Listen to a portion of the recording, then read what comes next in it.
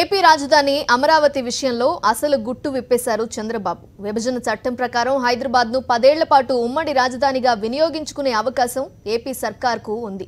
అయినా రాష్ట్రం కోసం, సొంత రాజధాని కోసం అమరావతికి కట్టుబట్టలతో వచ్చానంటూ చంద్రబాబు పలుమార్లు చెప్పుకొచ్చారు.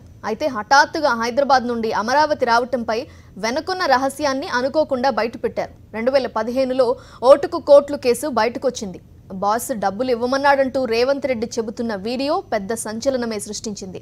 దానికి తోడు ఆ కేసులో మనవాళ్లు బ్రీఫ్డ్ మీ అంటూ చంద్రబాబు ఆడియో కలకలం రేపింది.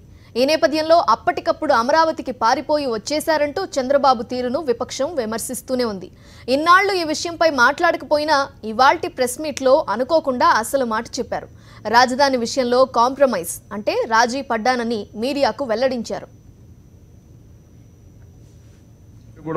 కాంప్రమైజ్ ఇప్పటికి కూడా నేను అప్పటికి కూడా ఒకటి కాంప్రమైజ్ కూడా అయ్యాను. గుడ్ విల్ కింద 10 సంవత్సరాలు మనకు హక్కు ఉంది.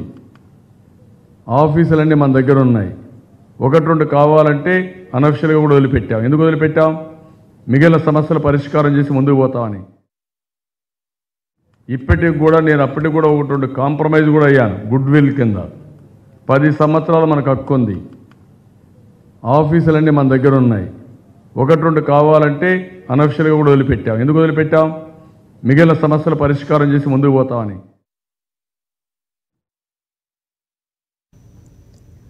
ఈ మధ్యాహ్నం ముఖ్యమంత్రి చంద్రబాబు వెల్లడించిన అంశాలపై సర్వత్రా విస్మయం వ్యక్తమవుతోంది. డేటా చోరీ కేసులో సాక్ష్యాలు, ఆధారాలు బయటపెడతానంటూ ముందు నుండి భారీగా లీకులు ఇచ్చారు.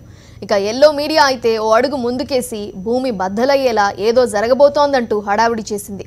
సీఎం ప్రెస్ మీట్ పై ఉదయం నుండి ఓదరగొట్టిన టీడీపీ నేతలు పెద్ద సరుకు దొరికినట్టుగా పొంగిపోయారు. తీరా ప్రెస్ మీట్లో పాత పాటనే తిప్పి తిప్పి పాడి వినిపించారు చంద్రబాబు.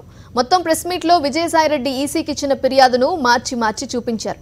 అయితే ప్రజల డేటా ఎలా చోరీ అయిందన్న విషయంపై మాత్రం నోరు మెదపలేదు. ఆంధ్రులు ఆత్మ గౌరవం అంటే ప్రజల సెంటిమెంట్ను రెచ్చగొట్టడానికి చంద్రబాబు చేసిన ప్రయత్నం కూడా పెద్దగా ఫలించలేదని టీడీపీ వర్గాలే అనుకుంటున్నాయి. ఇంత చేస్తే సాయిరెడ్డి ఫిర్యాదు చేయటమే తప్పన్నట్టుగా మాట్లాడారు తప్ప కొత్తగా ఒక్క మాట చెప్పింది లేదని పెదవి విరిచారు.